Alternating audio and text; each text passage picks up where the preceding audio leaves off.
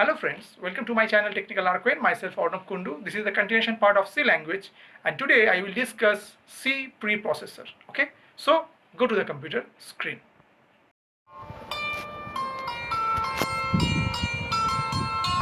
Now today we discuss C preprocessor. Okay, the C preprocessor is a macro processor that is used automatically by the C compiler to transform our program before actual compilation.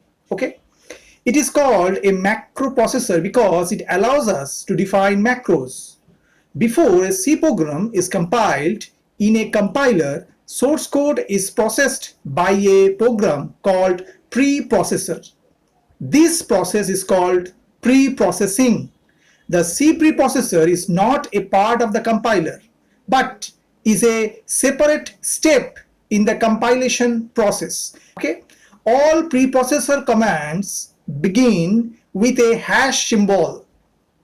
Okay, it must be the first non-blank character and do not require a semicolon at the end. Okay, so we are providing here some list of directives and with its description. So first directive is hash define, which actually does substitutes a preprocessor macro. Okay, next one is hash include, specifies a particular file to be included.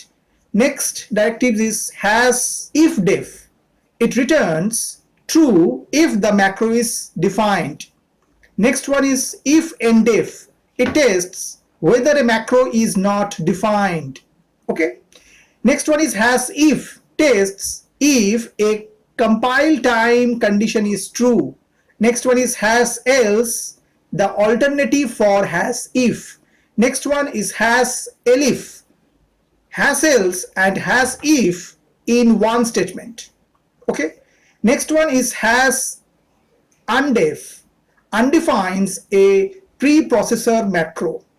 Okay, and another is hash endif, ends preprocessor condition. Okay, so at first we go for an example. Suppose we write hash include and suppose write stdio dot h. Okay, and after we are using this hash define actually, and suppose we are right here pi, its value is 3.14. Okay, and now we write the main function and put some statement here. Actually we are want to find out the area of a circle, so that's why you take our area variable, which is also floating point, for calculate the area of the circle, and just write printf enter the radius of the circle.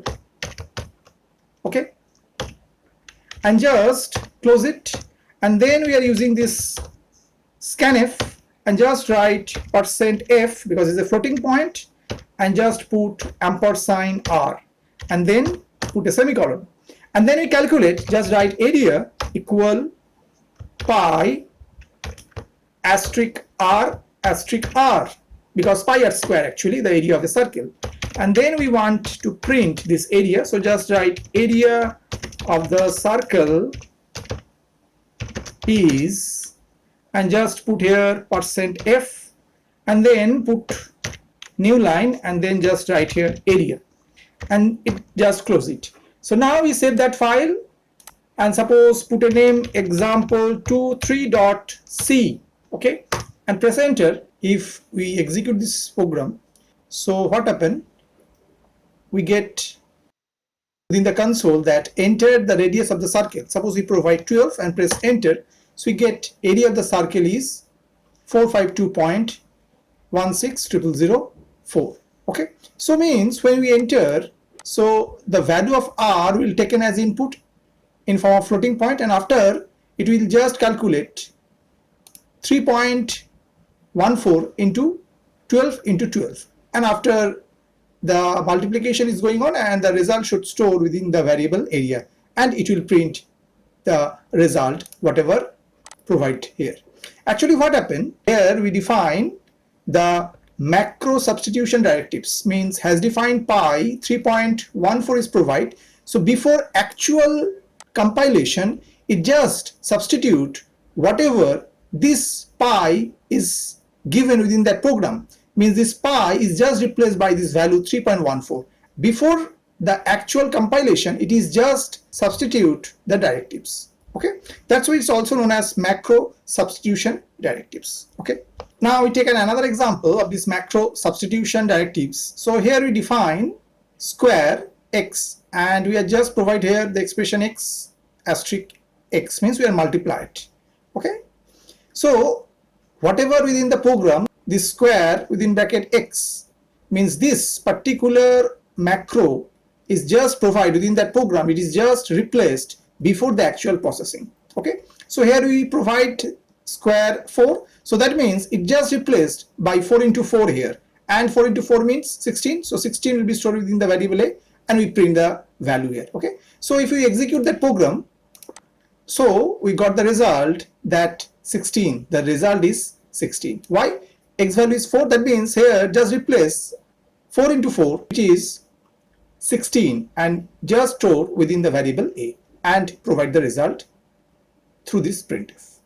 Okay, now we are talking about the another part is a file inclusion, means hash include. So within that program is already defined hash include within angle bracket stdio.h. Actually, this file inclusion directives can be given either in angle bracket or given within double quote, but has some difference between this angle bracket and in double quote.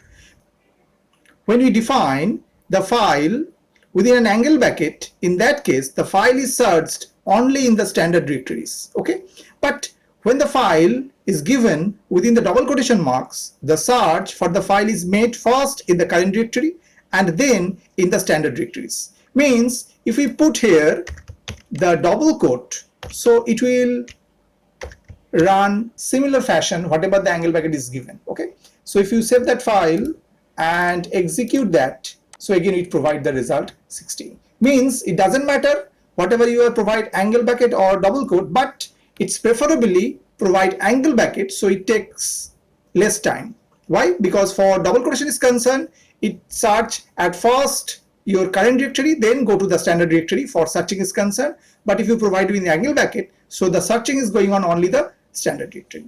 Okay, now we take an example for conditional compilation directives. Okay, like hash if, hash else, etc. So go for an example. Suppose we write hash include, and within angle bracket suppose write stdio.h. Okay, and then we are defining a macro, so write has defined max and put a value suppose 10, and now write the void min, and within that we write the statement here. Suppose we are write has if max greater than 99, so provide here printf, just write greater. Okay, put the semicolon, and then write has else, and similarly write printf, just write lesser, and put the semicolon, and hash end if. Okay, so just save that file, put a name example25.c and press enter. Now we execute this C source file and we get lesser as output. Why? Because the max value is 10, so check here 10 greater than 99 is a false, so that's why it's go to the else part and provide the lesser. But should remember this substitution, the max value is 10, this substitution and this checking is done before the actual compilation. Okay, actually has if tests if a compile time condition is true. Okay, and has else just the alternative for has if, means if this is the false, then just execute that part. Now go for an example of has if def and has if end def. Okay, so here we provide some code here, has include stdio.h and define a macro, and value is x, value is 10. And now within this main function we will provide the original code. At first suppose we write here int a equal to 15. Okay, and also the another variable take b and provide the value is 20. Okay, and put a semicolon, and then we are defining hash if def. Okay, and just to put x.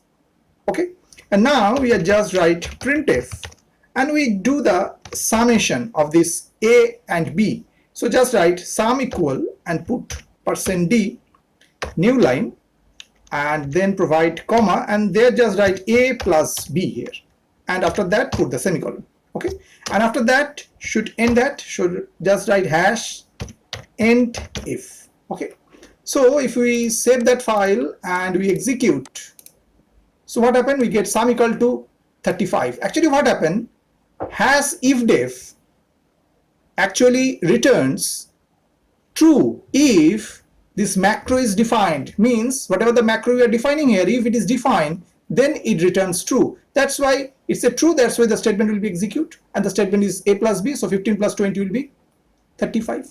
Okay, now what happened if we provide here if end if? So just change here if end if macro. So just provide if end if directives. Okay, now we save that file. So what happened if we execute that? So we get nothing. Why?